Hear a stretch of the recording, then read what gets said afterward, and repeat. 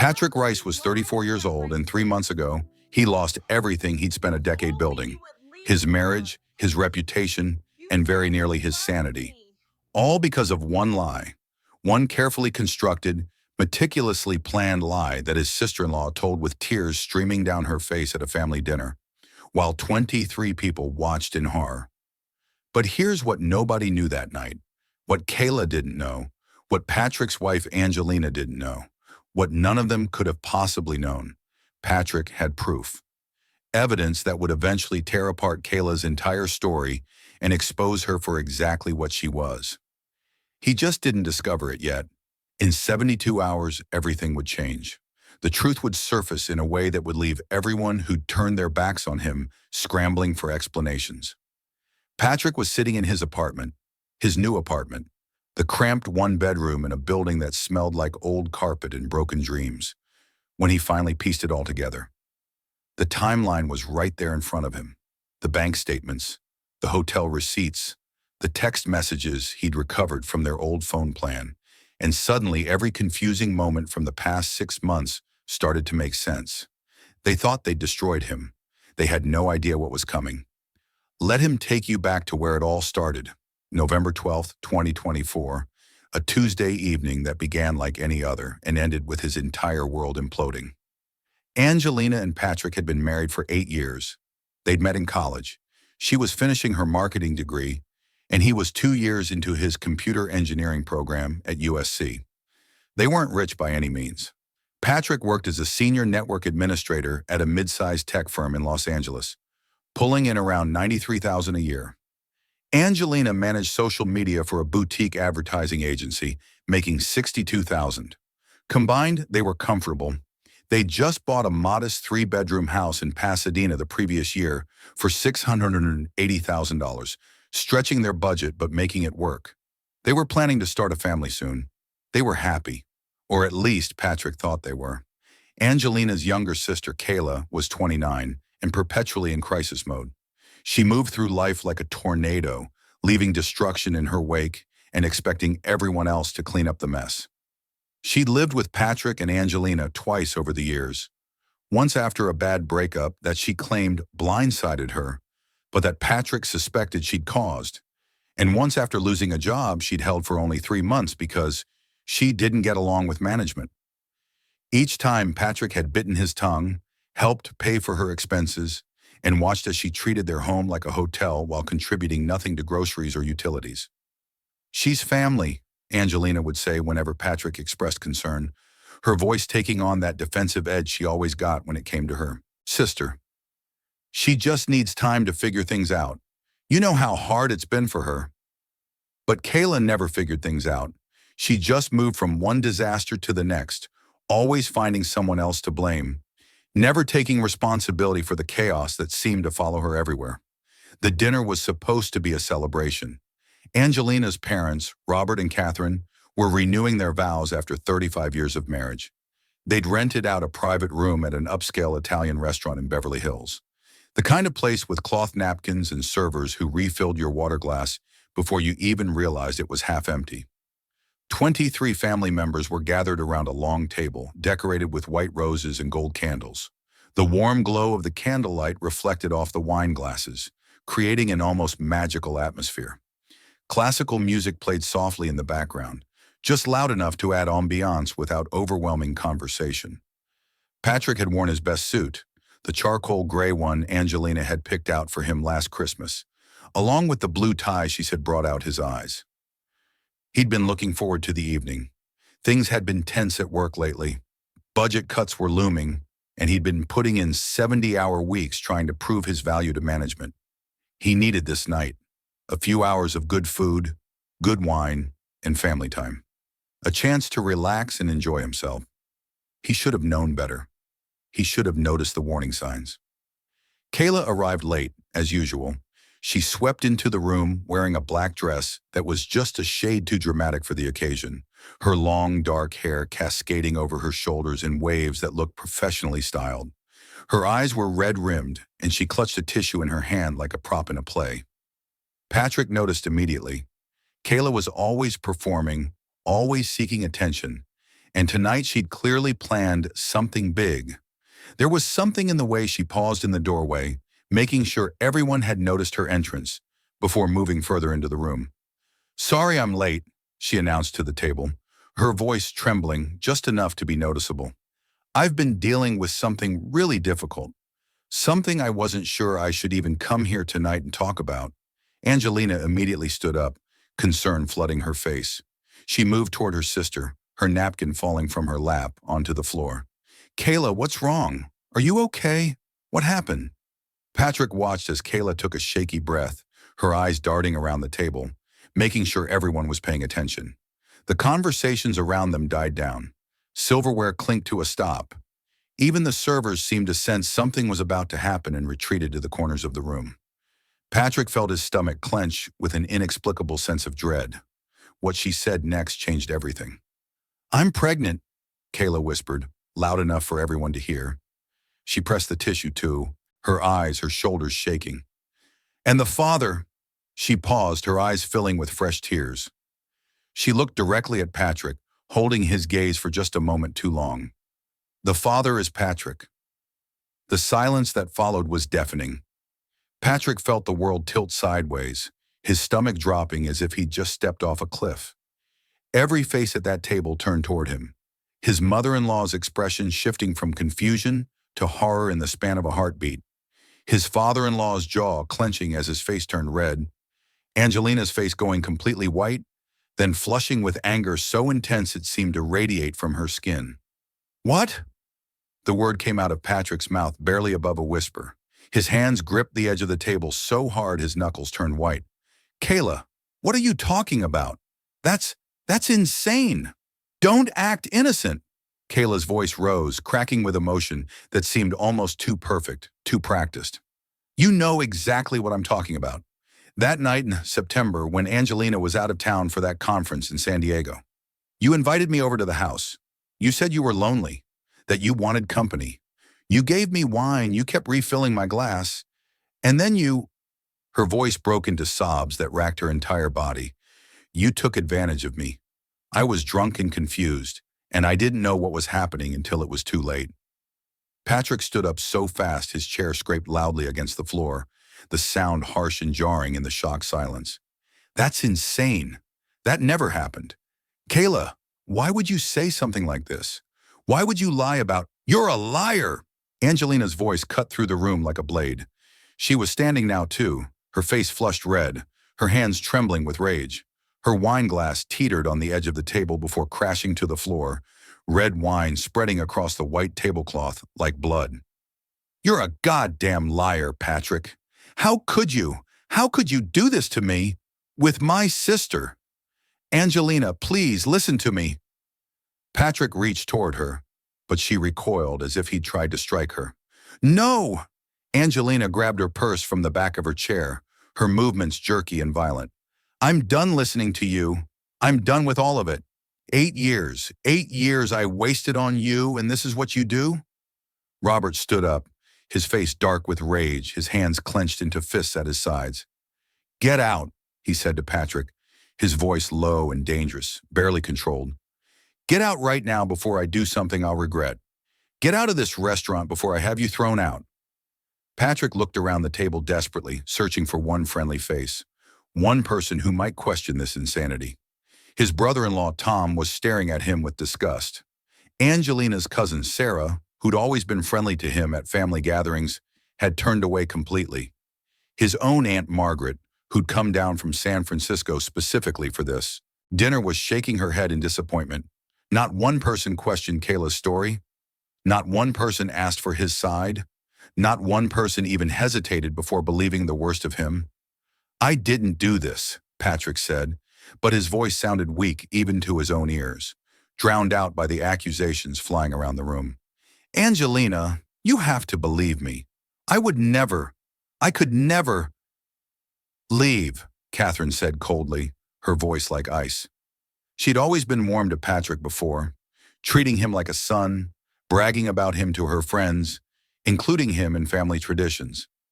Now she looked at him like he was something she'd scraped off her shoe. "Leave before we call the police. before we have you arrested for what you've done to this family." "I haven't done anything." Patrick's voice rose desperately. "This is crazy. I wasn't even—" But nobody was listening.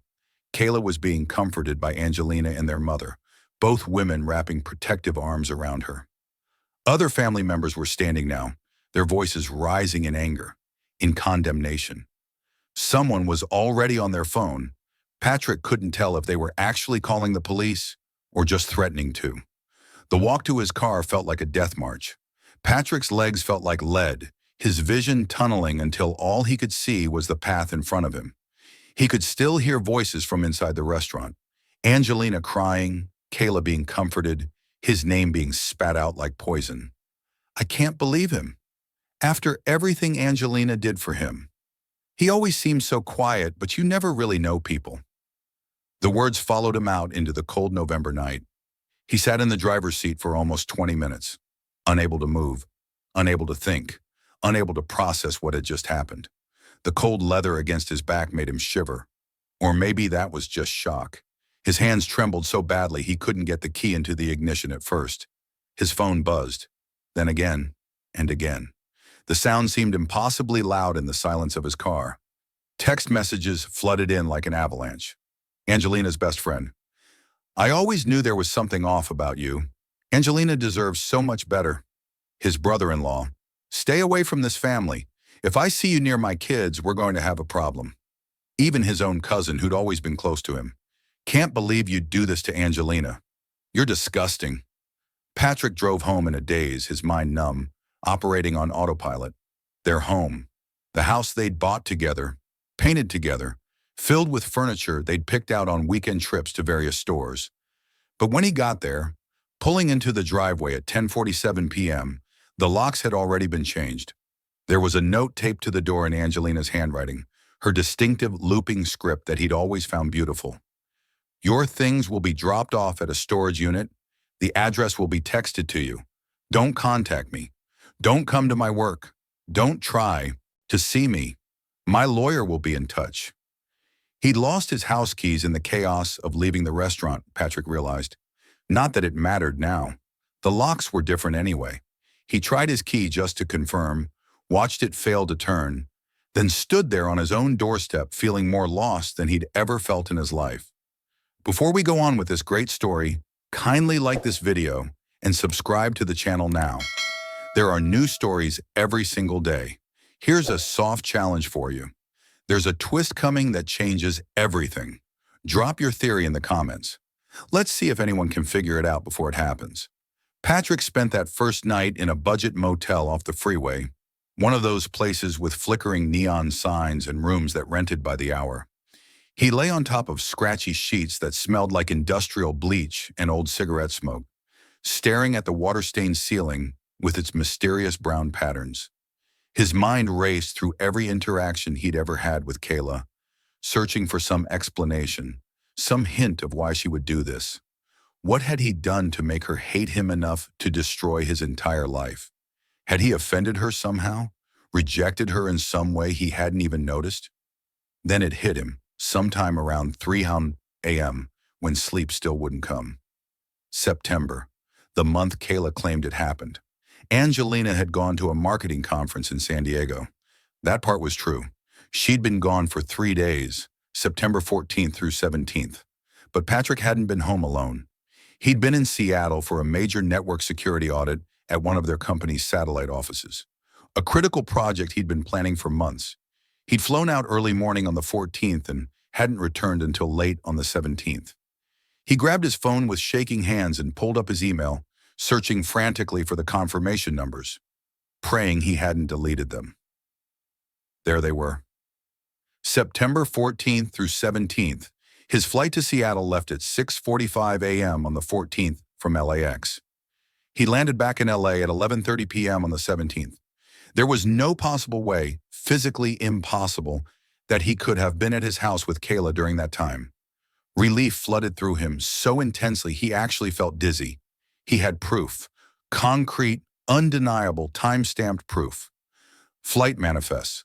Hotel receipts from the Cascade Inn where his company had booked him. Meal receipts from Seattle restaurants. Photos on his phone with geotags showing he was at the Cascade medical offices performing the audit. He called Angelina immediately, his fingers fumbling with the phone. It went straight to voicemail. He called again. Voicemail. He tried a third time. Voicemail. She'd turned off her phone or blocked his number already. He texted her, Angelina, I have proof I wasn't even in LA that week. I was in Seattle for work. I have plane tickets, hotel receipts, dozens of witnesses. Please just look at the evidence before you do something we can't undo. Please. His message showed as delivered but never read. The blue check marks that would indicate she'd seen it never appeared. He tried calling her parents. The phone rang twice before he heard the distinctive sound of being sent to voicemail immediately. They'd blocked him. He tried messaging Angelina on Facebook, Instagram, Twitter, every social media platform they shared. Blocked on all of them. Every single one. Like he was a virus they needed to quarantine. Nobody wanted to hear his side of the story. They'd already made up their minds. They'd already decided he was guilty, and nothing he said would change that without someone actually looking at his evidence. The next morning, Patrick showed up at his office with dark circles under his eyes and his clothes rumpled from sleeping in them. He hadn't even showered, hadn't thought to bring a change of clothes to the motel. His boss, Gerald Thompson, called him into his office within an hour of arrival. Patrick barely had time to sit down at his desk before Gerald's administrative assistant appeared. He needs to see you now. Patrick, we need to talk, Gerald said, closing the door. The man looked uncomfortable, his usual friendly demeanor replaced with something distant and professional. He sat down behind his desk instead of in the casual seating area where they usually discuss projects, putting physical distance between them. I received some disturbing information yesterday evening. Several calls, actually. Patrick's heart sank. He felt his breakfast, the stale muffin he'd forced down at the motel, threatened to come back up. Let me guess. Kayla called. Your sister-in-law, yes, along with several other members of your wife's family. Gerald adjusted his glasses, a nervous habit Patrick had noticed over the 4 years they'd worked together. Look, I don't want to get involved in personal matters, and normally I wouldn't. But this is serious, Patrick, really serious. We have a harassment policy here. We have standards of conduct. If what they're saying is true, it's not true, Patrick interrupted, his voice firm despite the exhaustion weighing him down. Gerald, I wasn't even in California when she claims this happened. I was in Seattle for the Cascade medical audit. You assigned me to it yourself. You signed off on my travel authorization. Gerald's expression shifted slightly, confusion replacing some of the discomfort. You're sure about the dates? Completely sure, September 14th through 17th. I can show you my travel receipts, my hotel booking, my flight confirmations, everything. I have photos geotagged in Seattle. I have meal receipts. I can give you the names of everyone I worked with up there who can verify I was present the entire time. Gerald, there are probably 50 pieces of documentation proving I wasn't even in the same state when this supposedly happened. Okay, Gerald said slowly, leaning back in his chair. Okay, that's good. That's important. But Patrick, until this gets cleared up, until this situation resolves itself, I think it's best if you take some personal time, paid leave, just a week or two until everything settles down and gets sorted out. You're benching me because someone lied about me? Patrick felt anger cutting through his exhaustion. I'm protecting you, Gerald corrected, his tone almost apologetic, and the company. If this becomes public, if this turns into some kind of scandal, and you're here working while allegations are flying around, it looks bad for everyone. It looks like we're not taking it seriously. Take the time. Get your evidence together. Clear your name properly, legally, then come back. Your position will be waiting for you. It wasn't a suggestion. It was an order dressed up as concern. Patrick walked out of the building 15 minutes later, carrying a box with his personal items, his coffee mug with the world's okayest network admin slogan that Angelina had given him, a photo of them from their honeymoon in Hawaii where they both looked impossibly young and happy, some tech manuals he'd been referencing for a certification. The security guard who'd greeted him cheerfully every morning for 4 years wouldn't make eye contact as Patrick walked past. He checked into an extended stay hotel that afternoon, using the emergency credit card he kept for work travel. The place was better than the motel at least. Cleaner sheets, no obvious stains, a small kitchenette. 2 weeks. He just needed 2 weeks to prove his innocence and get his life back. Everything would be fine once people saw the evidence, once they realized the truth. But as he unpacked his laptop and started pulling together his evidence, organizing files and receipts, a new thought occurred to him, one that made his blood run cold. If Kayla was lying about him being the father, she was still pregnant, which meant there was a real father somewhere, someone she was protecting, someone she wanted to hide so badly that she was willing to destroy Patrick's entire life to do it. Who could inspire that level of protection? What kind of man would be worth sacrificing an innocent person to protect? That's when it clicked. Patrick opened his laptop and logged into their shared phone plan, something he and Angelina had set up years ago to save money, combining their lines with his parents and eventually Kayla's to get a family discount. Angelina had never removed him from the account. She probably hadn't even thought about it in the chaos of the past 24 hours. He pulled up Kayla's number. They'd added her to the family plan 2 years ago when she was going through one of her financial crises, unable to afford her own phone bill. His hands moved quickly across the keyboard, pulling up call logs and text message records. The phone company kept metadata, even if the actual message content wasn't stored on their servers. Who she called, when she called, how long the conversations lasted, all of it was there, archived, time-stamped. And there, in the data spanning from late August through September, was a pattern. A phone number that Kayla called multiple times a day, sometimes conversations lasting over an hour. Late night calls after 11 p.m., early morning calls before 7 a.m. The kind of pattern you'd see between lovers, not casual acquaintances. Patrick's heart was pounding as he ran the number through a reverse lookup service. The results loaded slowly, his internet connection lagging for what felt like an eternity. The name that came back made him grab the edge of his desk to steady himself. The calls were to Derek Morrison, Angelina's boss, the married 52-year-old creative director at Hartwell & Associates, the advertising agency where Angelina worked. The man who'd been to their house for dinner parties, who'd shaken Patrick's hand and complimented his cooking, who'd brought expensive wine and talked about his kids in college, who'd been married for 24 years to a pediatrician named Amanda and seemed to have the perfect family.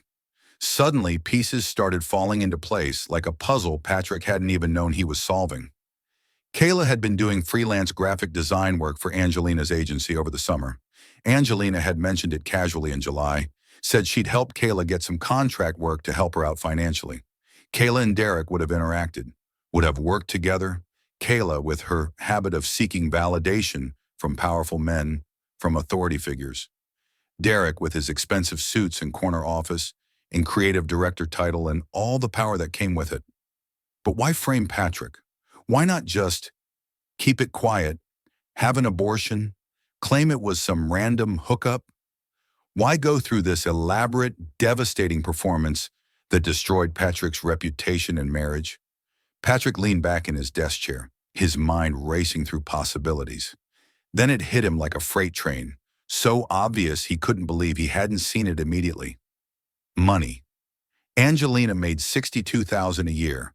Decent money, solidly middle class, but nothing spectacular. But if she divorced Patrick for cause, for cheating with her own sister, getting her pregnant, she'd be entitled to a much more favorable settlement in California. She could claim emotional distress. She'd get the house, probably without having to buy out his equity. She'd probably get spousal support despite them having similar incomes, because of the nature of the betrayal, because of how sympathetic her case would be to a judge. And Kayla, who'd never held a steady job, who'd always lived off other people's generosity, who was now pregnant with her sister's married boss's baby, she'd need money, lots of it, especially if Derek wasn't going to leave his wife and support her openly, especially if Derek wanted to keep his marriage intact, his reputation untarnished. What better source of money than Patrick's assets, split with her, sister in a messy divorce? Angelina gets the house.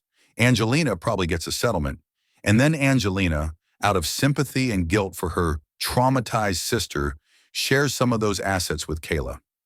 Meanwhile, Derek stays safely hidden, his reputation intact, his marriage undisturbed, his career untouched. It was brilliant, really. Diabolical, but brilliant. Frame Patrick for the pregnancy. Angelina divorces him in righteous anger, takes everything. Angelina splits the assets with Kayla out of sympathy and guilt, probably without even questioning it, because she's so focused on being angry at Patrick. Derek remains hidden, pays Kayla child support quietly through some arrangement, and everyone wins except Patrick. The only problem with their perfect plan was that Patrick had proof he wasn't even in the state when Kayla claimed it happened. Proof he hadn't put together yet during that dinner, because he'd been too shocked, too devastated to think clearly. Proof that would blow their entire scheme apart. But there was still one question gnawing at Patrick. Did Angelina know? Was she in on the conspiracy from the beginning? Or was she just as much a victim of Kayla's lie as he was? Patrick pulled up Angelina's call logs next, his hands shaking again, but this time not from shock or fear, from anger, from the cold, burning determination to find out exactly how deep this betrayal went. What he found in those logs would answer that question, and the answer would determine everything that came next. The phone records showed something Patrick hadn't expected, something that made his stomach turn. Starting the day after the conference in San Diego, September 18th, the same day Angelina got back, there were a series of short calls between Angelina and Kayla. 3 or 4 calls per day, each lasting between 2 and 7 minutes, exactly the kind of duration you'd expect for quick updates, check-ins, status reports, coordination calls. But there was more, much more. On November 10th, 2 days before the dinner, there was an hour-long call between Angelina and Kayla at 9:47 p.m. And then, just 15 minutes after that call ended, there was a 45-minute call between Kayla and Derek. And then at 11:20 p.m., another 30-minute call between Angelina and Kayla. They were coordinating, planning, making sure their stories aligned, making sure the timing would be right, making sure every detail was perfect. Angelina knew. She'd known all along. She wasn't a victim of Kayla's lie. She was a co-conspirator. Patrick closed his laptop slowly, his breath coming in short, sharp bursts. The woman he'd loved for over a decade. The woman he'd built a life with. The woman he'd trusted with every part of himself. She'd helped her sister frame him for something he didn't do. She'd looked him in the eyes at that dinner, performed that rage and betrayal so convincingly, and called him a liar, knowing full well that he was innocent. She'd known every single word. Out of Kayla's mouth was a lie, and she'd supported it anyway. The betrayal cut deeper than anything Kayla had done, because Kayla was exactly who Patrick had always thought she was: selfish, manipulative, destructive. There had never been any illusions there. But Angelina had been wearing a mask this whole time. The loving wife, the supportive partner, the woman who'd promised to stand by him through everything, all of it had been an act. Or maybe it had been real once and had soured into something ugly, something Patrick had been too blind to see. Patrick stood up and walked to the window of his hotel room. The sun was setting over Los Angeles, painting the sky in shades of orange and deep purple, the kind of sunset that normally would have seemed beautiful. Somewhere out there, Angelina was probably in their house. His house, the one he'd worked 60-hour weeks to afford, celebrating her successful escape from their marriage.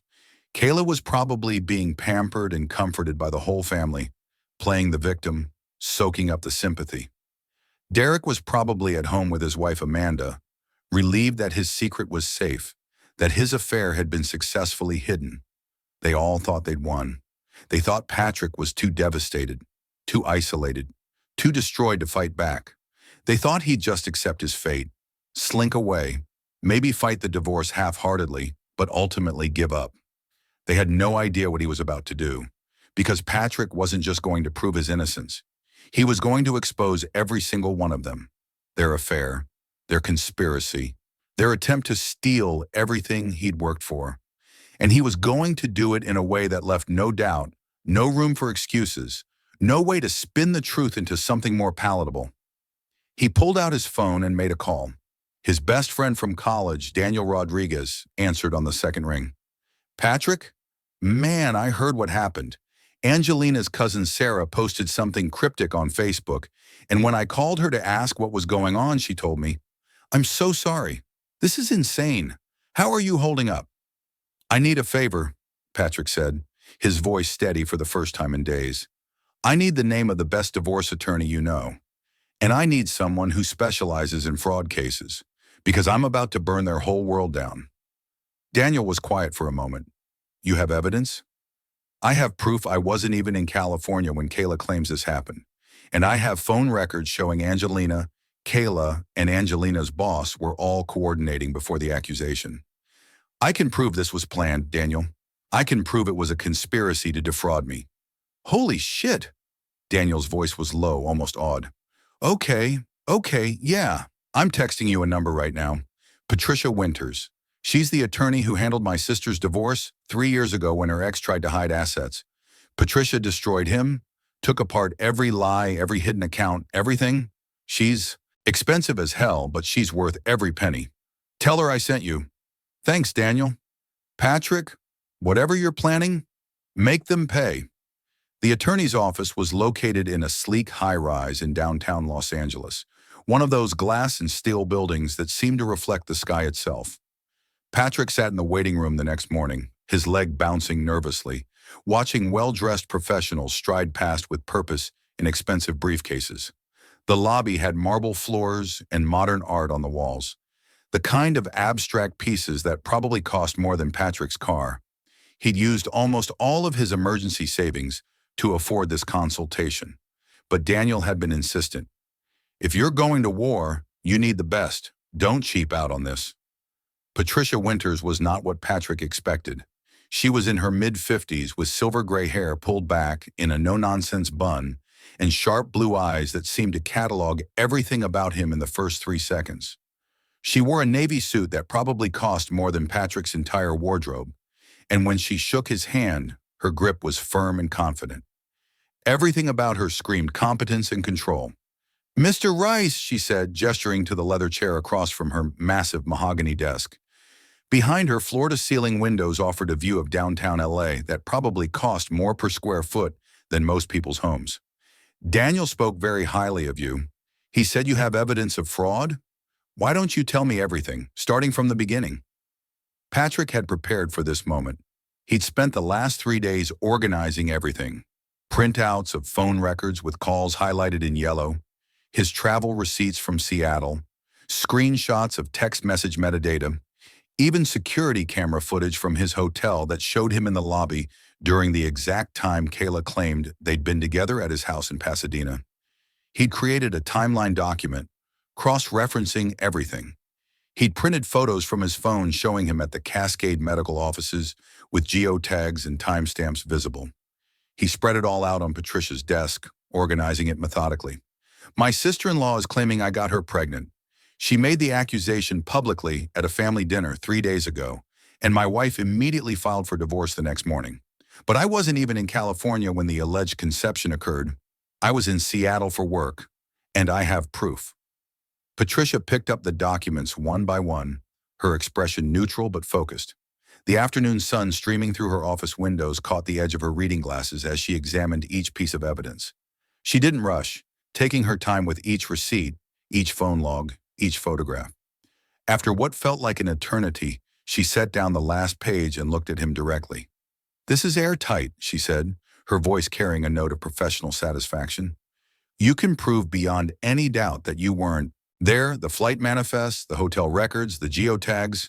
Any one of these would be strong evidence. Together, they're unimpeachable, which means the question becomes, why would your sister-in-law deliberately frame you? And why would your wife support that lie? Because she's protecting someone else, Patrick said. He pulled out another set of papers, the phone records showing Kayla's communication with Derek Morrison, the real father. I have phone records showing she was in constant contact with my wife's boss, Derek Morrison, during the time she would have gotten pregnant. Hundreds of calls, some lasting over an hour. Calls at all hours, early morning, late night. The pattern is clear. Patricia's eyebrows rose slightly, genuine interest crossing her features.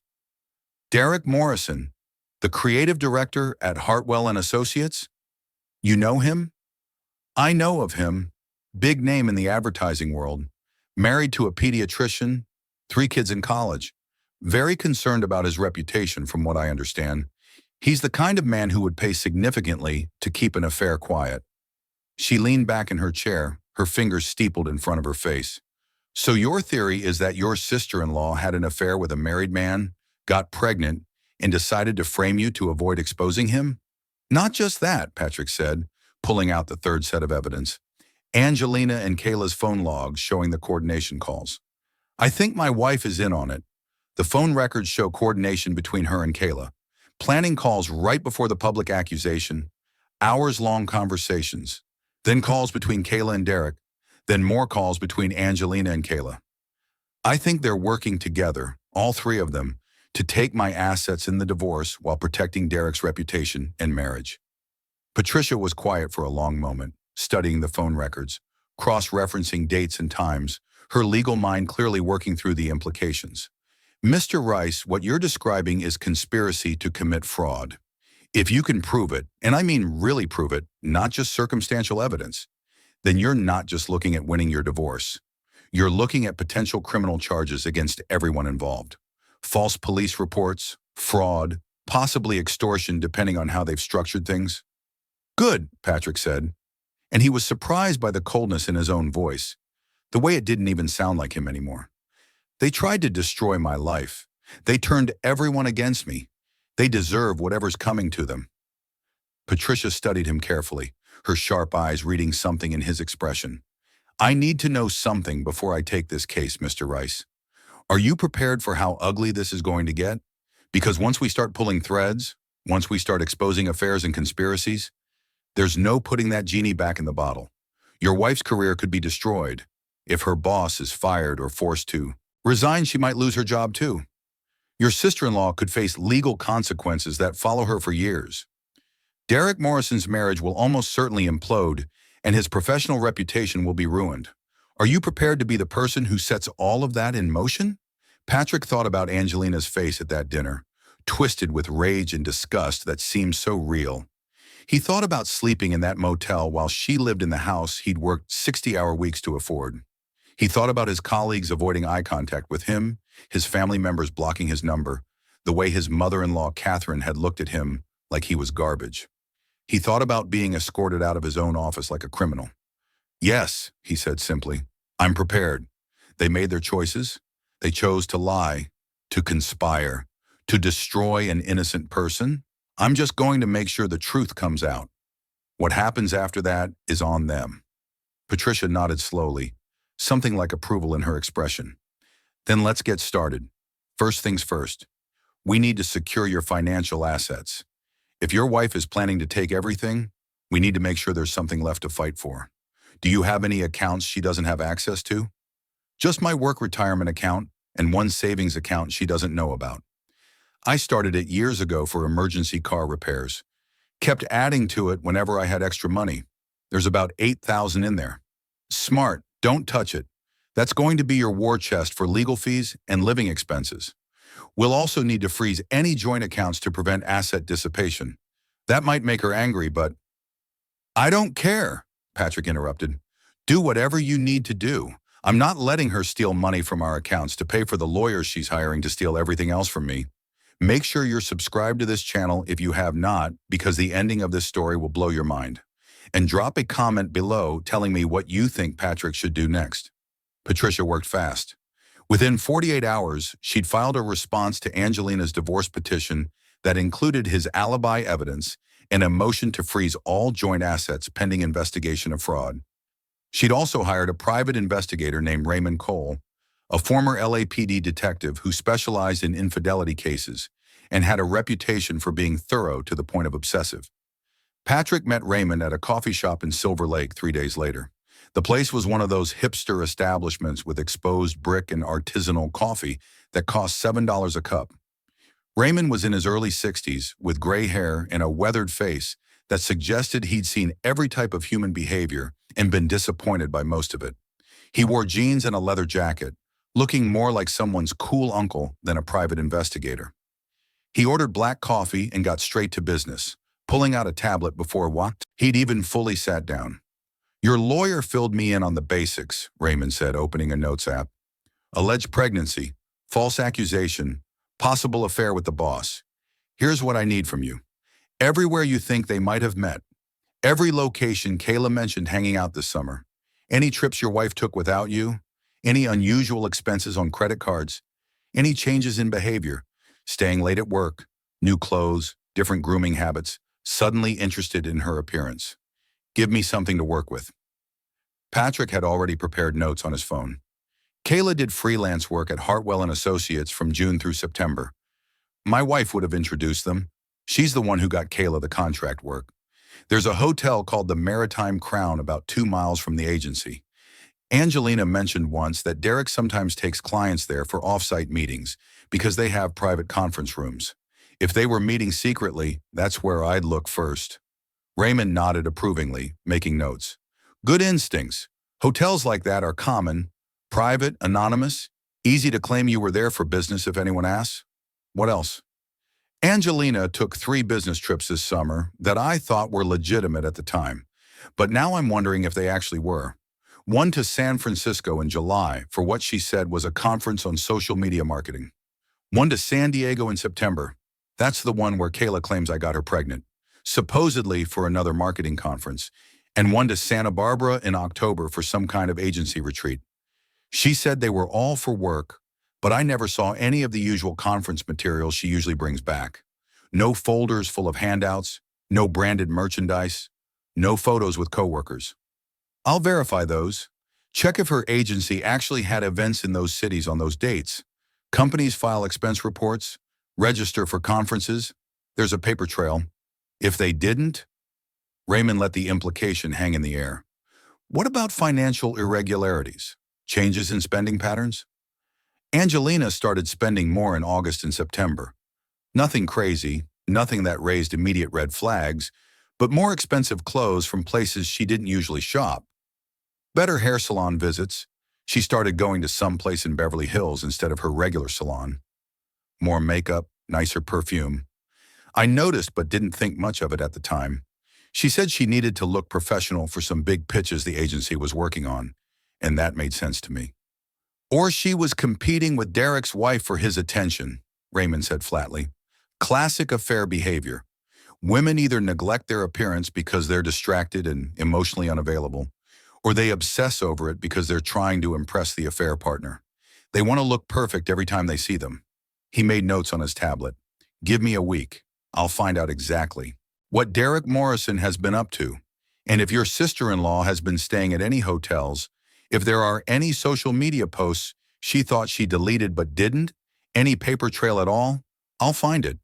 People always leave a trail, always. Patrick left that meeting feeling something he hadn't felt in weeks. Hope. Not just hope that he'd clear his name, but hope that justice, real, concrete justice, was coming. Hope that the truth would actually matter, that evidence would prevail, that he wouldn't be destroyed by lies. But he wasn't just sitting around waiting for Raymond to work. He had his own investigation to conduct, his own evidence to gather. Patrick still had access to the home security system. He'd set it up himself 2 years ago when their neighborhood had experienced a rash of package thefts, cameras at the front door, back door, and garage, all connected to cloud storage. Angelina had never been tech-savvy enough to know how to remove his access, or even that she should. The account was in his name, linked to his email. She probably hadn't even thought about the cameras in the chaos of the past week. He logged in from his laptop at the extended stay hotel and started scrolling through footage, methodically going back through months of recordings. September, October, November. Hours and hours of mundane comings and goings. Angelina leaving for work at 8:15 a.m. every morning. Angelina returning home around 6:30 p.m. Their neighbor's orange cat crossing the yard. The mail carrier.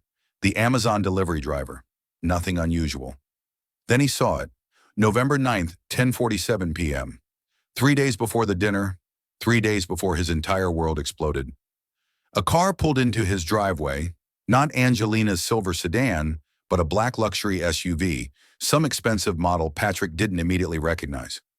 The driver's side door opened, and Kayla stepped out, followed by someone else emerging from the passenger side. The angle wasn't perfect. The camera was positioned to capture package thieves, not detail everyone who visited. But Patrick could make out enough details. Male, tall, well-dressed, even at that late hour. The man looked around nervously before following Kayla to the front door, like he was checking to see if neighbors were watching.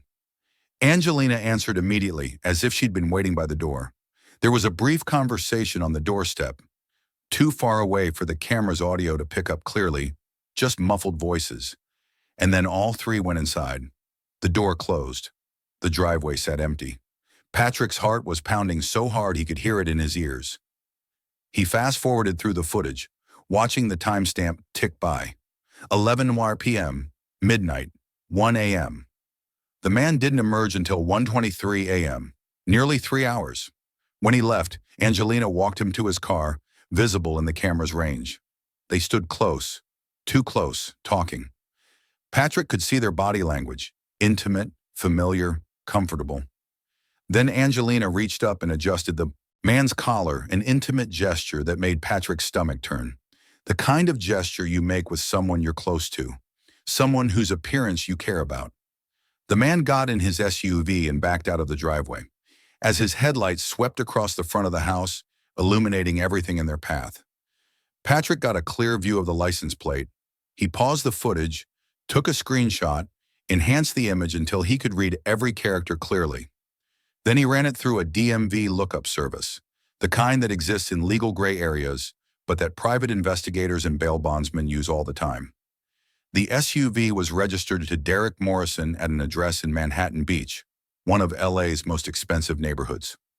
Patrick sat back, his mind racing through implications. Derek had been at his house, in his home, 3 days before the accusation, conspiring with Angelina and Kayla to destroy him, planning the details, making sure their stories aligned, coordinating the public humiliation. The rage that filled him was white-hot and all-consuming, threatening to drown out rational thought. But underneath it was something colder, something more dangerous, something calculating and patient. He saved the footage to 3 separate backup drives, then uploaded copies to a secure cloud server with end-to-end encryption. Then he started looking through older recordings with fresh eyes, searching for patterns he'd missed before, evidence he'd been too trusting to notice. August 15th, Kayla's car in his driveway at 2 p.m. on a Thursday. She stayed until 4:30 p.m. Angelina was at work. Patrick remembered because he'd called her around 3 p.m. that day to discuss dinner plans. What was Kayla doing there alone for 2.5 hours? August 22nd, the same black SUV in his driveway at 7:45 p.m. Patrick had been working late that night. He remembered because it was the evening of a major server migration, and he hadn't left the office until after 10 p.m. Derek and Kayla, meeting at his house while he was gone. They left together at 9:20 p.m., the SUV backing out with both of them inside. September 3rd, all 3 of them, Angelina, Kayla, and Derek, arriving together in Derek's SUV at 8:00 p.m. Patrick had been in Seattle that night, in the middle of his audit. They stayed until nearly midnight, hours and hours of conspiracy, of planning, of plotting his destruction. The pattern was unmistakable, clear as day.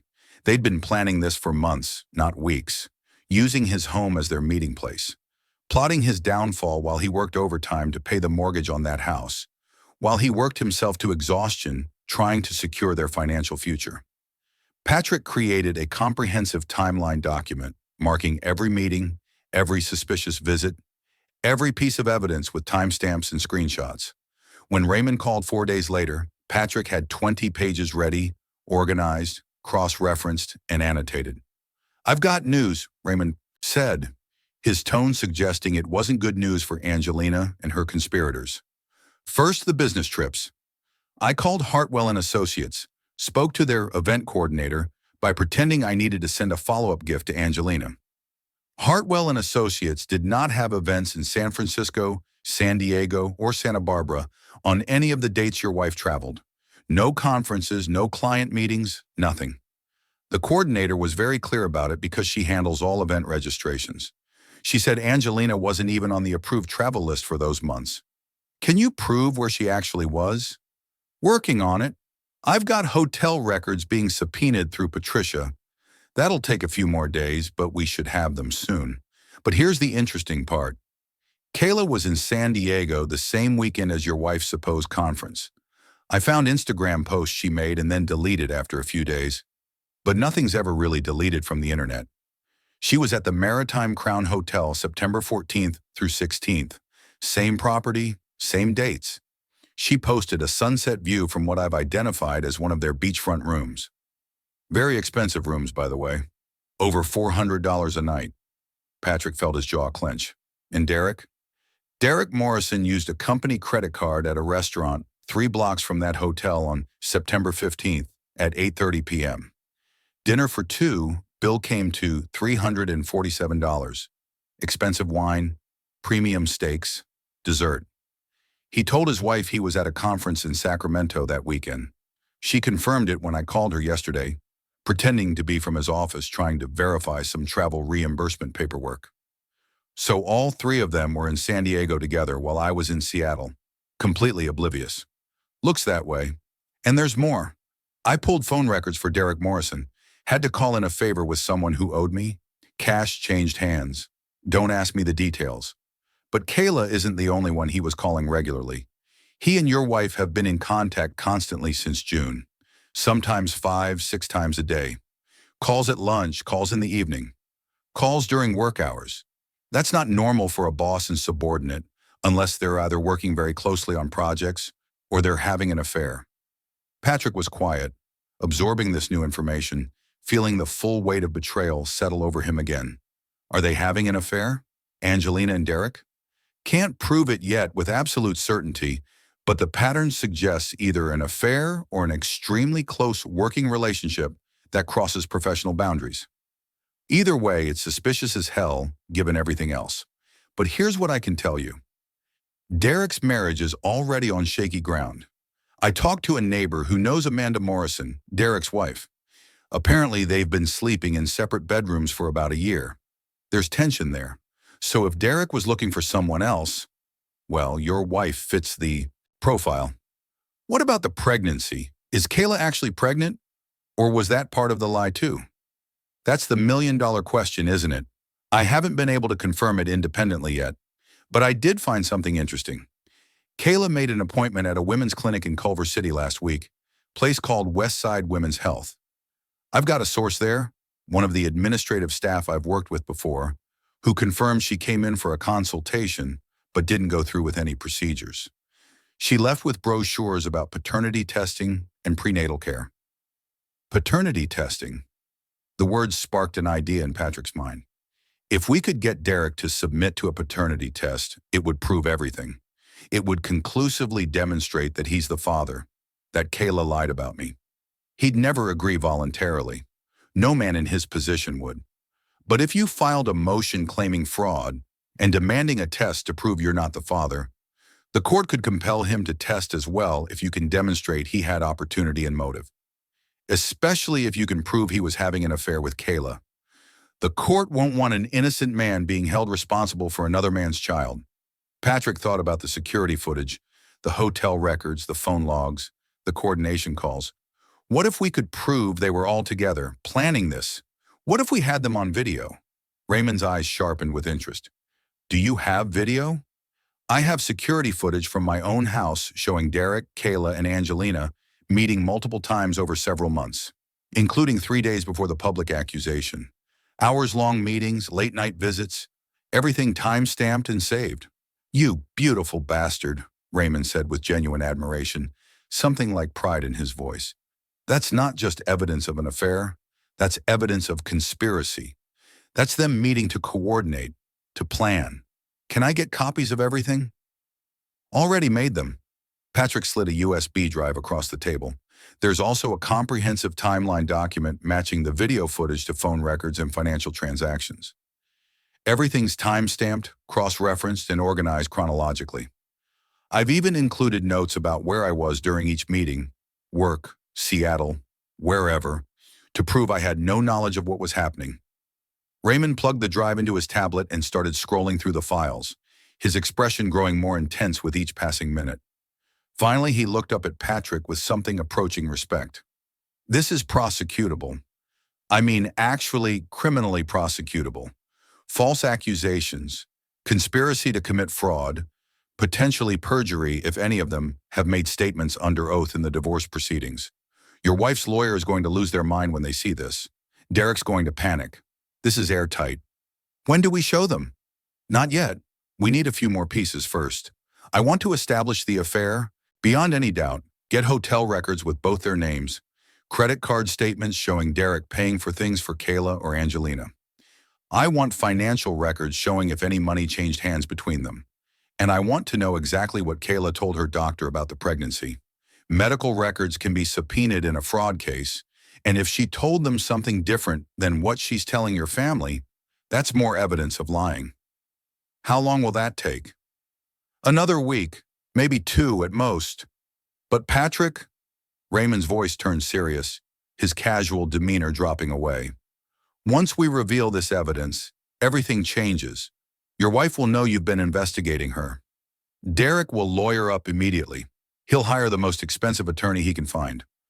Kayla might panic and admit things, or she might double down on the lies, and we'll have to keep fighting. This becomes a war, a very public, very ugly war.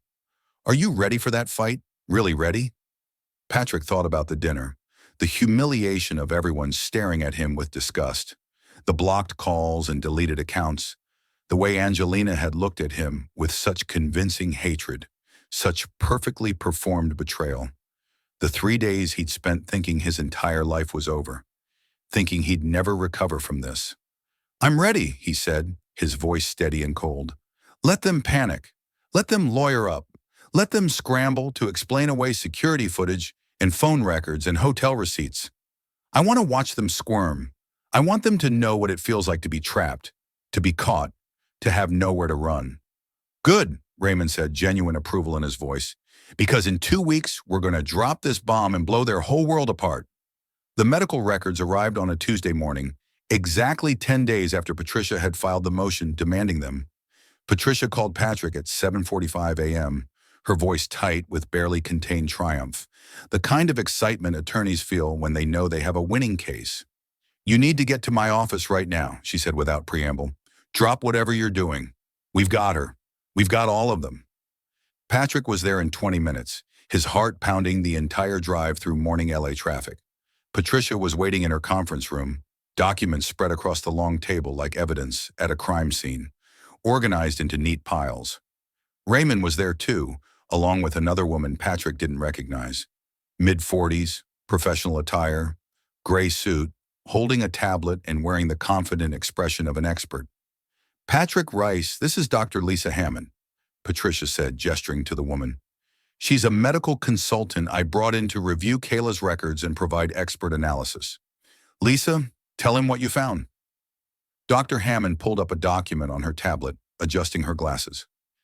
Kayla submitted medical records from a women's clinic in Culver City as ordered by the court. She is indeed pregnant, approximately 18 weeks along as of the filing date. But here's the critical issue. Based on standard gestational dating, using her last menstrual period, and confirmed by both an ultrasound performed at 8 weeks and one at 12 weeks, conception occurred in late July or very early August. Specifically, the estimated conception date is July 28th, plus or minus 3 days, not September. Patrick felt the air leave his lungs. So she was already pregnant, already more than a month pregnant, before she claims Correct, which means her accusation against you is impossible timeline-wise, even if you hadn't been in Seattle during her claimed conception date. The medical evidence conclusively proves you could not be the father based on her own medical records. But there's more. Dr. Hammond scrolled to another document, a clinical intake form with handwritten notes. The clinic notes from her first visit in August indicate Kayla initially came in requesting information about terminating the pregnancy. She was given counseling as required by California law and provided with information about her options. She ultimately changed her mind about the termination, but those notes are part of her permanent medical history. They also note she was anxious about the father finding out and concerned about how it would affect her family dynamics and worried about professional repercussions. Direct quotes from the intake form filled out by the counselor. She knew from the beginning who the real father was, Raymond added, satisfaction evident in his voice. And she knew it was going to cause massive problems. That's why she needed a scapegoat. That's why she crafted this entire elaborate scheme to frame you. Patricia leaned forward, her sharp eyes gleaming. We've also received the subpoenaed phone records as of yesterday afternoon. The pattern is even more damning than we thought. Derek Morrison and Kayla had 63 calls in July alone, the month conception occurred, including several that lasted over an hour late night, early morning, during work hours. The texts, while we can only see metadata since the content isn't stored, show hundreds of messages exchanged between them. And here's the kicker. On July 28th, the estimated conception date, Derek's credit card shows charges at a boutique hotel in Malibu, the Seabreeze Inn. Very exclusive, very private, very expensive. Rooms start at $600 a night. She slid a photo across the table, a printed screenshot. The Instagram post showed a sunset over the ocean, photographed from a balcony, with the caption, "Sometimes you need to escape from everything." In the reflection of the sliding glass door behind Kayla, barely visible but unmistakable once you knew what you were looking for, was Derek Morrison, shirtless, visible from the shoulders up. She forgot to check her reflection, Raymond said with deep satisfaction. Posted it, left it. Up for about 6 hours, then deleted it when she realized. But I recovered it from an archiving service that saves Instagram posts. Amateur mistake for someone trying to hide an affair. Patrick stared at the evidence, years of rage and pain crystallizing into cold, clear purpose, into absolute certainty. What's our next move? We go nuclear, Patricia said, a fierce smile on her face. I've prepared a motion to dismiss Angelina's divorce petition on grounds of fraud, malicious prosecution, and abuse of process. We're also filing counterclaims for emotional distress, defamation, intentional infliction of emotional distress, and conspiracy to commit fraud. We're going to present every piece of evidence, the medical timeline, the hotel records, the phone logs, your security footage, Derek's credit card statements, everything. And we're demanding that Derek Morrison be deposed under oath and submit to court-ordered paternity testing. What about criminal charges? Can we pursue those? That's above my pay grade as a civil attorney, but I've already been in contact with an old friend in the district attorney's office. They're very interested in the false accusation angle. Making a false accusation of a sex crime in California is a serious offense. It can carry up to a year in county jail and significant fines under Penal Code 148.5. And if we can prove conspiracy between Angelina, Kayla, and possibly Derek, Patricia's smile was sharp and predatory. Let's just say your wife and her sister might want to start looking at plea deals to avoid jail time. Dr. Hammond spoke up, her tone clinical but concerned. I should mention one more thing that may be relevant. The clinic notes indicate Kayla was specifically concerned about high blood pressure during her pregnancy. Her readings at her last visit were elevated, 140/92, which is borderline hypertensive. She's being monitored for preeclampsia, which is a serious pregnancy complication. The stress of a prolonged legal battle could potentially make that worse, though I'm not saying that to dissuade you, just to provide complete information about what you're dealing with. Patrick felt a brief flicker of concern. He wasn't a monster. He didn't want actual physical harm to come to anyone. But then he remembered Kayla's face at that dinner, her tears that seemed perfectly calibrated, her perfectly performed devastation. The way she'd pointed at him and accused him of something so heinous while knowing she was lying. His sympathy evaporated like water on hot pavement. When do we file the motion? Tomorrow morning, first thing, Patricia said, organizing her papers with practiced efficiency. I wanted you to see everything first, to review all the evidence, to be absolutely certain you want to proceed down this path. Because Patrick, this is going to explode. It's going to be in the news. Derek Morrison is a public figure in the advertising world. Hartwell and Associates is a major agency. This has all the elements the media loves. This is going to destroy reputations, end careers, possibly lead to criminal convictions. Derek's marriage will implode. Angelina's career is probably finished. Even if she doesn't face charges, who's going to hire someone involved in this kind of scandal? Once we pull this trigger, there's no calling the bullet back. No settling quietly. This becomes public and permanent. Patrick thought about the night he'd spent in that motel, staring at a water-stained ceiling, feeling like his life was over. He thought about his mother-in-law's disgusted face, the way she'd looked at him like he was something subhuman. He thought about Angelina calling him a liar while knowing the truth the entire time, performing for an audience. He thought about being escorted out of his own office, losing his reputation, losing everything he'd built. "File it," he said without hesitation. "File everything. I want everyone to know the truth. I want everyone who turned their backs on me to know they were wrong. I want Derek Morrison's wife to know what kind of man she's married to. I want Kayla's child to grow up knowing exactly what his mother did. File it all." The next morning at 9:00 a.m. sharp, Patricia's office electronically submitted their comprehensive motion to the Los Angeles County Superior Court. By 11:30 a.m., Patrick's phone started buzzing with calls from numbers he didn't recognize. Reporters, journalists, bloggers. By noon, the story was on legal news websites. By 2 p.m., local news was picking it up. Angelina's attorney, a woman named Rebecca Thornton, called Patricia 6 times in the first hour alone, each call more frantic than the last. At 2:15 p.m., Patrick got a call from an unknown number with a 310 area code. He answered on speaker with Patricia and Raymond listening, recording everything. "Patrick, it's Derek Morrison." The voice was strained, desperate, completely different from the confident creative director Patrick had met at dinner parties. The sound of that voice, the voice of the man who'd destroyed his life, who'd conspired to frame him, who'd used his home as a meeting place to plot against him, made Patrick's jaw clench. But he kept his tone neutral, even. "I don't think we have anything to discuss, Derek. Please, just listen for 1 minute, just 60 seconds, that's all I'm asking." Derek's voice was strained, almost breaking. "I know you filed some kind of legal action. I know you have evidence. I'm calling to ask you, to beg you not to do this. My wife, my kids, they didn't do anything wrong. They're innocent in all of this. Can't we work something out? Please? Your wife doesn't deserve to know you've been cheating on her for months," Patrick interrupted, his voice cold. "Your kids don't deserve to know what kind of man their father really is, that he's the kind of person who impregnates his subordinate's sister and then help frame an innocent man for it? I made a mistake, a terrible, terrible mistake. I know that. I'm not trying to excuse it.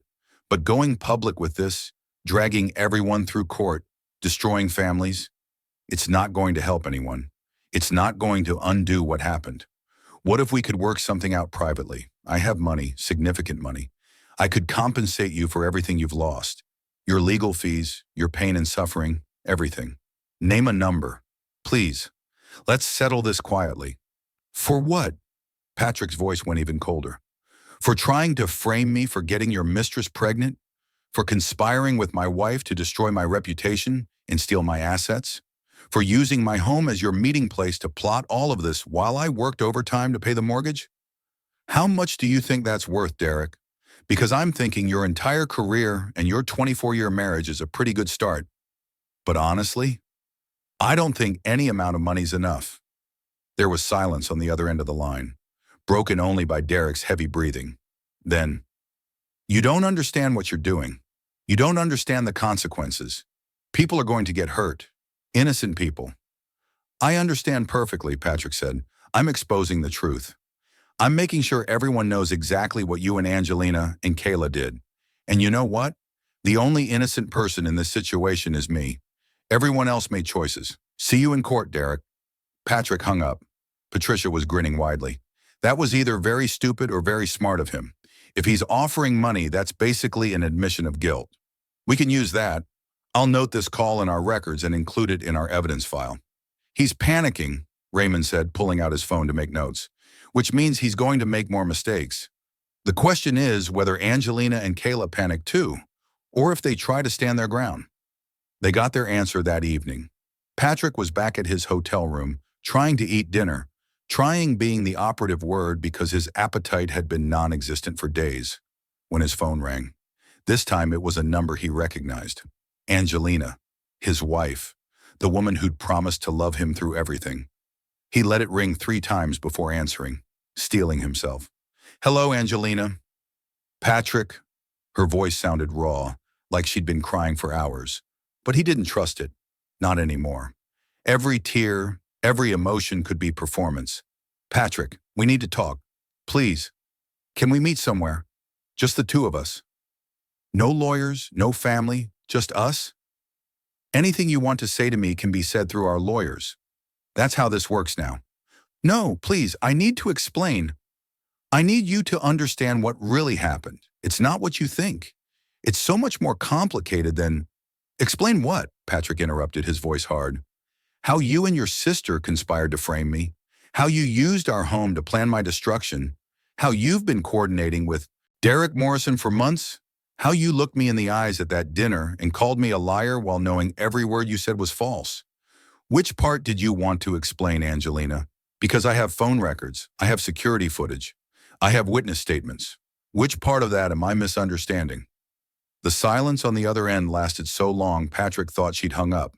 Then in a small voice, "You're wrong. You don't understand what really happened. There's context you don't have. There are reasons." Then enlighten me, but do it under oath in a courtroom, because that's where all of this is heading now.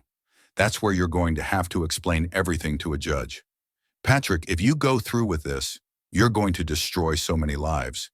Kayla's pregnant and stressed, and her blood pressure is already dangerous. Her doctor said she needs to avoid stress. Derek's kids don't deserve to have their family torn apart over this. They're in college, they're good kids. This isn't their fault. My parents, they're in their 60s, Patrick. This kind of scandal could... Your parents already chose a side. Patrick cut her off, his voice rising despite his efforts to stay calm. They chose to believe a lie without even giving me a chance to defend myself.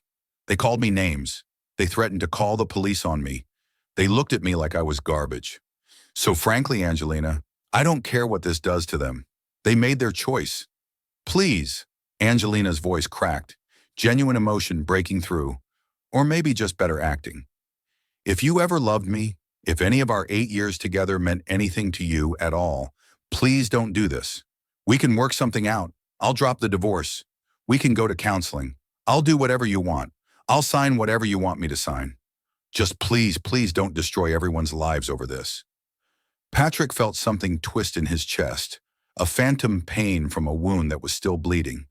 For just a moment, he remembered the woman he'd fallen in love with in college. The woman who'd laughed at his terrible jokes and held his hand during scary movies and promised to build a life with him. The woman who'd cried happy tears when they bought their house. The woman he thought he'd grow old with. Then he remembered her face at that dinner, twisted with performed rage, calling him a liar while her sister cried fake tears. He remembered the coordination calls in the phone records. He remembered her walking Derek to his car at 1:23 a.m., adjusting his collar with casual intimacy. "No," he said quietly but firmly, "we can't work this out, because you're not sorry for what you did. You're sorry you got caught. You're sorry there are consequences. There's a difference, Angelina, a big difference." Patrick? He hung up before she could say anything else.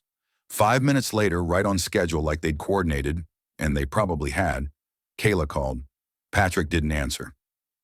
She left a voicemail, her voice high and desperate. "Patrick, it's Kayla. I need to talk to you about what happened at the dinner. Please call me back. I made a mistake. A huge, terrible mistake. I was confused and scared, and I said things that weren't entirely true. I panicked, okay? I panicked and I said the first thing that came into my head, and then it spiraled out of control, and I didn't know how to take it back. If we could just meet somewhere, just you and me, I could explain everything. I could tell you why I did it. Please, I'm begging you. Don't let this go to court. I'll tell everyone I was wrong. I'll make it right. I'll do whatever you want. Just please call me back." Patrick played the voicemail for Patricia, who immediately saved it and added it to their evidence file. "She's cracking," Patricia said with satisfaction, "and she just confessed on a recorded message that she lied about you. This is exactly what we needed. This voicemail alone could be grounds for criminal charges." The next 3 days were a blur of legal maneuvering, strategy sessions, evidence organization. Angelina's attorney tried to have the evidence suppressed, claiming the security footage was obtained illegally and violated Angelina's privacy. The judge disagreed in a preliminary hearing. Patrick had every right to security cameras on property he owned, and Angelina had no reasonable expectation of privacy for visitors to the exterior of the home. Derek's attorney tried to argue that he was irrelevant to the divorce proceedings and shouldn't be compelled to participate. The judge disagreed again and ordered him to appear for deposition within 10 business days. If you're enjoying this story, hit that like button and let me know in the comments what you would have done in Patrick's situation. The bomb everyone had been waiting for, the one that would make this truly public, dropped on Friday afternoon. Patrick was meeting with Patricia to prepare for his own deposition next week, going over potential questions and practicing his answers, when her assistant burst into the conference room without knocking, something she'd never done before. "Turn on Channel 7, she said breathlessly, reaching for the remote herself. "Right now. They're running the story." Patricia grabbed the remote from her and switched on the TV mounted on the conference room wall. The local news was showing a breaking story with the dramatic headline, "Prominent ad executive embroiled in pregnancy and paternity scandal." The anchor, a polished woman in her 40s, was speaking in that practiced, serious tone news anchors use. Derek Morrison, creative director at the prestigious Hartwell & Associates advertising agency, has been placed on indefinite leave amid allegations of an affair in a complex paternity dispute. According to legal documents filed this week in Los Angeles County Superior Court, Morrison allegedly conceived a child with 29-year-old Kayla Reynolds while Reynolds' older sister and her husband were going through a contentious divorce. The husband, Patrick Rice, claims he was falsely accused of paternity as part of an elaborate fraud scheme to take his assets in the divorce. Rice has provided evidence, including phone records, hotel receipts, and security camera footage, allegedly showing Morrison, Reynolds, and Rice's wife, Angelina Rice, meeting to coordinate their stories. The story continued for almost 3 minutes, laying out the basic facts of the case. They showed professional photos of Derek from the agency's website, confident, successful, wearing an expensive suit. They showed the exterior of Patrick and Angelina's home in Pasadena, though they carefully blurred the house number. They even had a brief statement from Hartwell & Associates saying they were conducting an internal investigation into allegations involving a senior employee and take these matters very seriously. Patrick's phone immediately exploded. Texts from colleagues he hadn't heard from in weeks. "Dude, I just saw the news. Holy shit. I'm so sorry we didn't believe you." Calls from reporters asking for interviews, for comments, for exclusive statements. Messages from distant relatives who'd blocked him after the dinner, suddenly wanting to hear his side of the story. His college roommate, "Patrick, I saw the news. Angelina did what? Call me immediately." Patricia muted the TV and turned to face Patrick. "Well, it's officially public now. No going back. The cat is very much out of the bag. How do you feel?" Patrick watched the news coverage in silence. Seeing his name on television, seeing his story being told to thousands of people, they were framing him as the victim, the wrongly accused husband fighting back against a conspiracy. Part of him felt vindicated, validated, proven right. But another part just felt exhausted, emotionally drained. "I feel like I want this to be over," he said finally, honestly. "I want justice, but I also want to move on with my life." "It will be soon. Derek's deposition is scheduled for Monday morning at 9 a.m. That's when we'll get him under oath and on the record about everything. And I have a feeling he's going to cave fast now that this is public. His reputation is already destroyed. His career is hanging by a thread. His marriage is probably over. He has every incentive to settle quickly and make this go away." She was right. Sunday evening, exactly 48 hours after the news story broke, Patricia called Patrick with an update. "Derek's attorney just reached out. They want to settle immediately. Derek will agree to paternity testing without being compelled, will make a public statement acknowledging he's the father of Kayla's child, and will pay substantial damages for defamation, emotional distress, and your legal fees. They're offering $250,000. Patrick felt his hands start shaking, not from nervousness, but from the sheer weight of vindication finally arriving. "What about Angelina and Kayla? What about criminal charges?" Angelina's attorney is scrambling. She wants to drop the divorce petition entirely with prejudice, meaning she can never refile these specific claims, and is willing to sign a comprehensive settlement agreement that the house and all marital assets remain in your name. She'll take only her personal belongings, her car, and her own retirement account. Kayla's willing to make a public video apology that can be used in court or released to media. That's not enough, Patrick said immediately. Not nearly enough. Patricia paused. What do you want, Patrick? What would be enough? Patrick thought about it carefully, really thought about what justice meant, what would make him whole. He could push for criminal charges, watch Angelina and Kayla potentially face jail time, drag this out for months or years in criminal court, destroy them completely and utterly. Or he could take a different path, one that gave him closure and freedom without turning him into someone he didn't want to be. I want Angelina to sign an agreement giving me full ownership of the house and all our joint assets except for her personal belongings, her car, and her retirement account. That's fair. I want Kayla to make a public statement, video recorded with a notary present, admitting she lied about me, explaining exactly what she lied about, and apologizing fully and specifically. Not some vague, I made a mistake nonsense. She needs to say clearly that she falsely accused me of fathering her child. I want Derek to pay $400,000, not $250,000, $150,000 to me for damages and emotional distress, $150,000 to a charity supporting falsely accused individuals.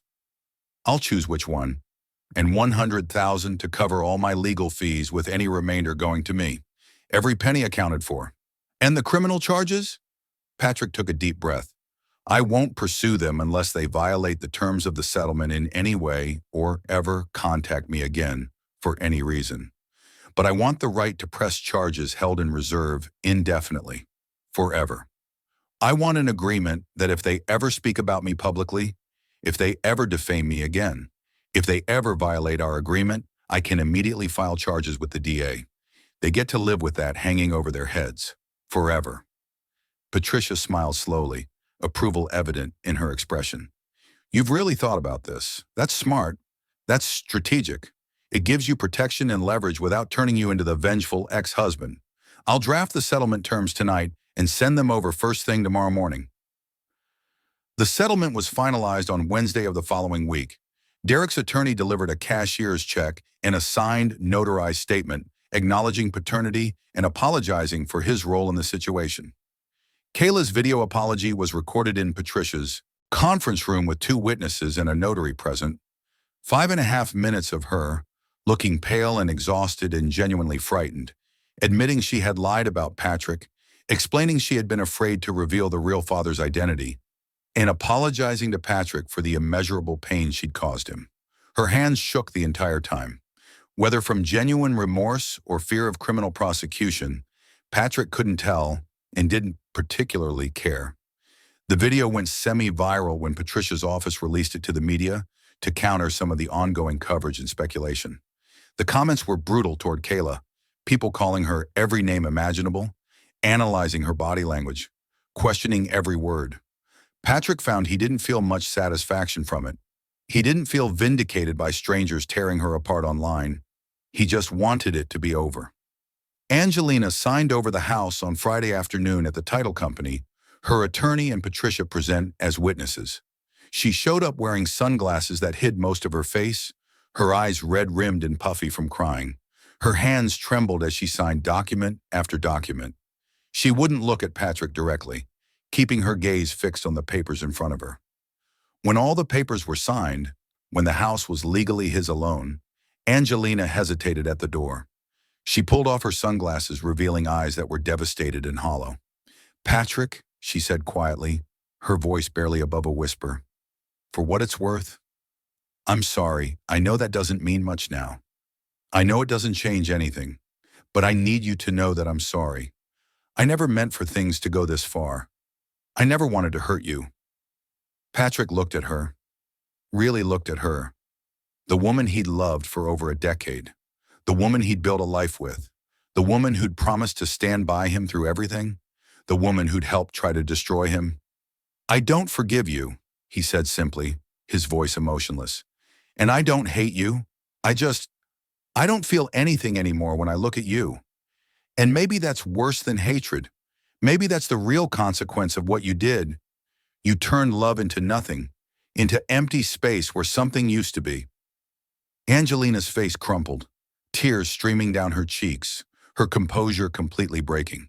But she nodded and left without another word, her attorney following quickly behind her. If you enjoyed this story, like this video and leave a comment telling me what you thought.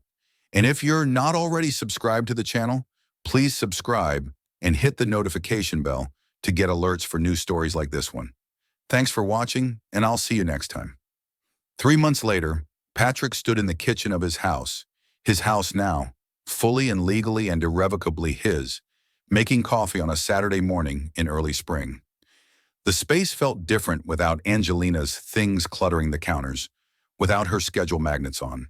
The fridge, without her presence filling the rooms with habits and routines he'd grown accustomed to over 8 years.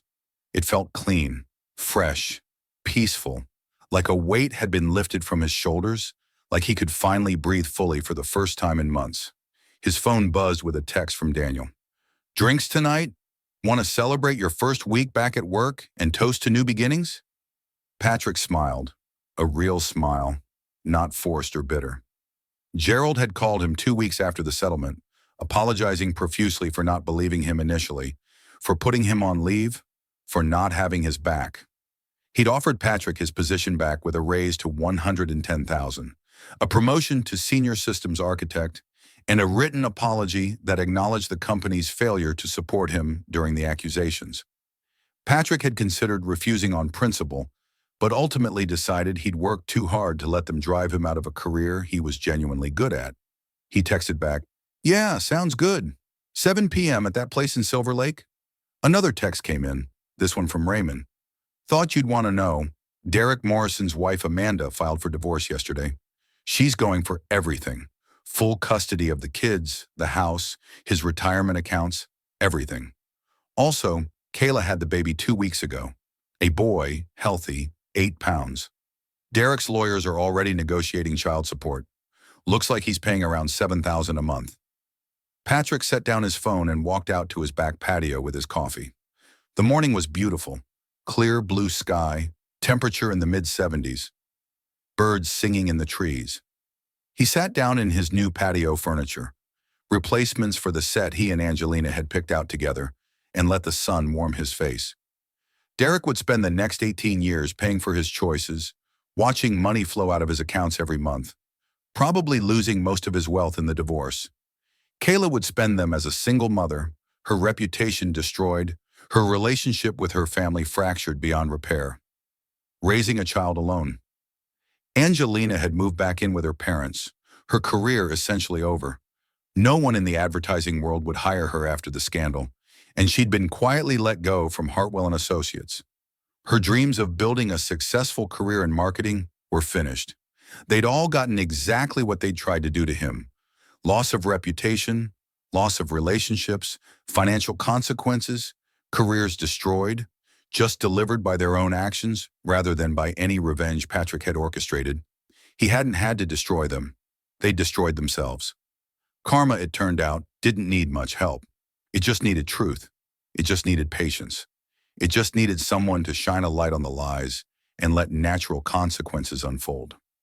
Patrick took a sip of his coffee, watching a hummingbird visit the flowers Angelina had planted last year, and that Patrick had decided to keep. They were beautiful, and they weren't responsible for what Angelina had done. He'd learned something profound through all of this, something that had cost him dearly, but that was worth more than any amount of money. The best revenge wasn't revenge at all.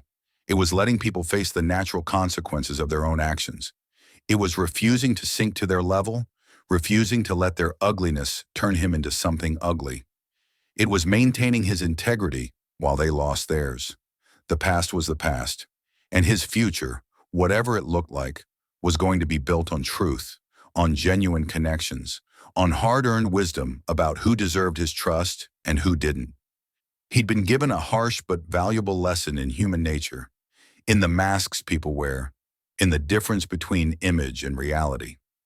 Patrick finished his coffee and stood up, stretching in the morning sun. Somewhere in the distance, He could hear kids laughing, a dog barking, a neighbor mowing their lawn, the sounds of normal life continuing on, indifferent to individual dramas. He went inside and started making plans for his day. He had a home improvement project to finish, refinishing the hardwood floors to make the space truly his. He had a certification exam to study for that would advance his career. He had dinner plans with Daniel tonight. He had a life to rebuild, better and stronger than before. They'd tried to destroy him. Instead, they'd freed him from a life built on lies, from a marriage that had been hollow, from people who'd never truly valued him. And that, Patrick realized as he pulled out his floor sanding equipment, was the greatest justice of all. Sometimes the best lesson life teaches isn't about revenge or forgiveness or even justice. It's about understanding that when people show you who they really are, when they tear off their masks and reveal the ugliness underneath, you should believe them the first time. And then you should walk away, not in anger, but in gratitude that you finally know the truth. Patrick had lost his marriage. He'd lost his innocence about human nature. He'd lost a year of peace and stability. He'd lost the fantasy of the life he thought he was building. But he'd gained something far more valuable: the unshakable knowledge of his own worth, the strength that comes from surviving betrayal and coming out the other side with his integrity intact, and the wisdom to never again confuse someone's mask for their true face.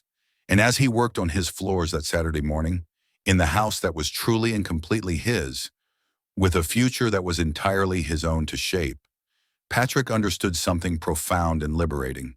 He hadn't just won the battle. He'd won his life back. And that was worth more than any revenge could ever be.